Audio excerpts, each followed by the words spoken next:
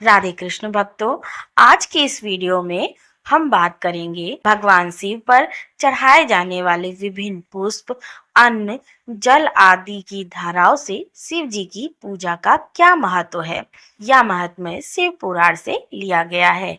ब्रह्मा जी नारद जी को बताते हैं कि जो लक्ष्मी की प्राप्ति इच्छा करता हो वह कमल, बिल्वपत्र, सतपत्र और शंख पुष्प से भगवान शिव की पूजा करे। यदि 1 लाख की संख्या में इन पुष्पों द्वारा भगवान शिव की पूजा संपन्न हो जाए तो सारे पापों का नाश हो जाता है और लक्ष्मी जी की भी प्राप्ति होती है।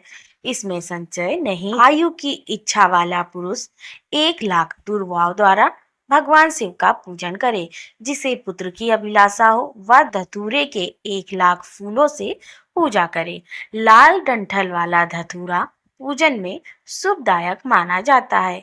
अगस्त के 1 लाख फूलों से पूजा करने वाले पुरुष को महान यश की प्राप्ति होती है। यदि तुलसी दल से शिव की पूजा करे तो उपासक को भोग और मोक्ष दोनों सुलभ होते हैं। लाल और सफेद आग, अपामार्ग और सफेद कमल के 1 लाख फूलों द्वारा पूजा करने से भी उसी फल, भोग और मोक्ष की प्राप्ति होती है। जपा के 1 लाख फूलों से की हुई पूजा शत्रुओं को मृत्यु देने वाली होती है। करवीर के 1 लाख फूल यदि शिव पूजन के उपयोग में लाए जाएं तो वे यहाँ रोगों का उच्चाटन करने वाली होती है। दोपहरिया के फूलों द्वारा पूजन करने से आभूषण की प्राप्ति होती है। चमेली से शिव जी की पूजा करने से मनुष्य वाहनों को उपलब्ध करता है। अलसी के फूलों से महादेव जी का पूजन करने वाला पुरुष भगवान विष्णु को प्रिय होता है। समी पत्रों से पूजा करके मनुष्य मोक्ष को प्राप्त करता है। बेला के फूल चढ़ाने पर भगवान शिव अत्यंत शुभ लक्षणा पत्नी प्रदान करते हैं। जूही के फूलों से पूजा की जाए तो घर में कभी अन्न की कमी नहीं होती। कनेर के फूलों से पूजा करने पर मनुष्य को वस्त्र की प्राप्ति होती है। सेदुआरी या शेफालिका के फूलों से शिव का पूजन किया जाए तो मन निर्मल होता है। 1 लाख बिलपत्र चढ़ाने पर मनुष्य अपनी सारी काम्य वस्तुएं प्राप्त कर लेता है। हर श्रृंगार के फूलों से पूजा करने पर सुख संपत्ति की वृद्धि होती है।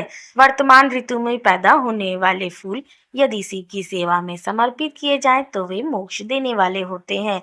राई के फूल शत्रुओं को मृत्यु प्रदान करते हैं। इन फूलों को 1-1 लाख की संख्या में शिव के ऊपर चढ़ाया जाए तो भगवान शिव प्रचुर फल प्रदान करते हैं। चंपा और केवड़े को छोड़कर शेष सभी फूल भगवान शिव को चढ़ाए जा सकते हैं। अब अनाज की बात करें तो भगवान शिव के ऊपर चावल चढ़ाने से मनुष्य की लक्ष्मी बढ़ती है। ये चावल खंडित नहीं होने चाहिए। इन्हें उत्तम भक्ति भाव से शिव के ऊपर चढ़ाना चाहिए। रुद्र प्रधान मन से पूजा करके भगवान शिव के ऊपर बहुत सुंदर वस्त्र चढ़ाएं और उसी पर चावल रखकर समर्पित करें तो उत्तम है।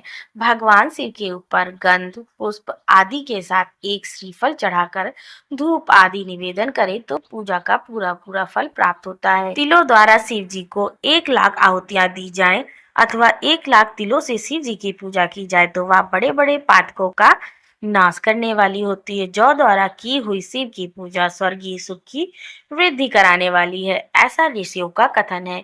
गेहूं के बने हुए पकवान से की हुई शंकर जी की पूजा निश्चय ही उत्तम मानी जाती है। यदि उससे 1 लाख बार पूजा हो जाए तो संतान की वृद्धि होती। यदि मूंग से भगवान शिव की पूजा की जाए तो भगवान शिव सुख प्रदान करते हैं।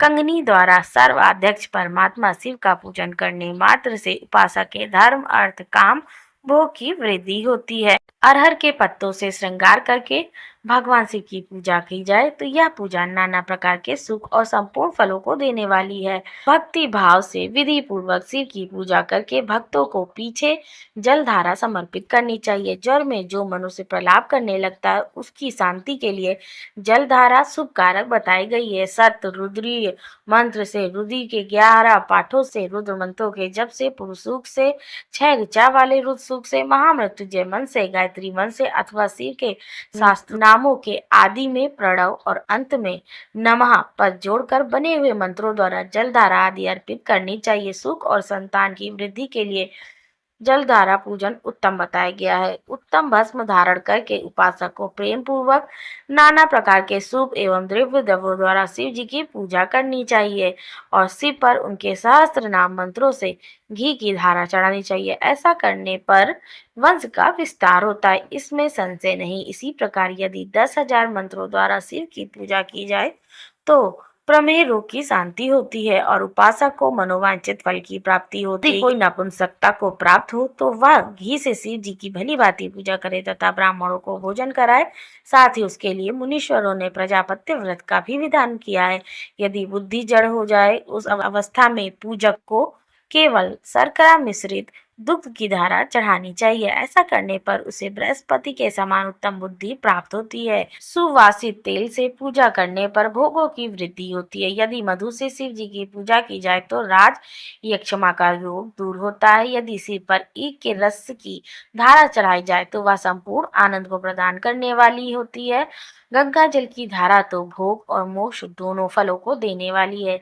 ये सब जो धाराएं बताई गई हैं इन सब को महामृत्युंजय मंत्र से चढ़ाना चाहिए। उसमें भी उक्त मंत्र का विधान 10,000 जप करना चाहिए और 11 ब्राह्मणों को भोजन कराना चाहिए। आशा है आपको ये जानकारी पसंद आई होगी। वीडियो पसंद आई हो तो वीडियो को लाइक शेयर एंड सब्सक्राइब करें। जय श्री कृष्ण।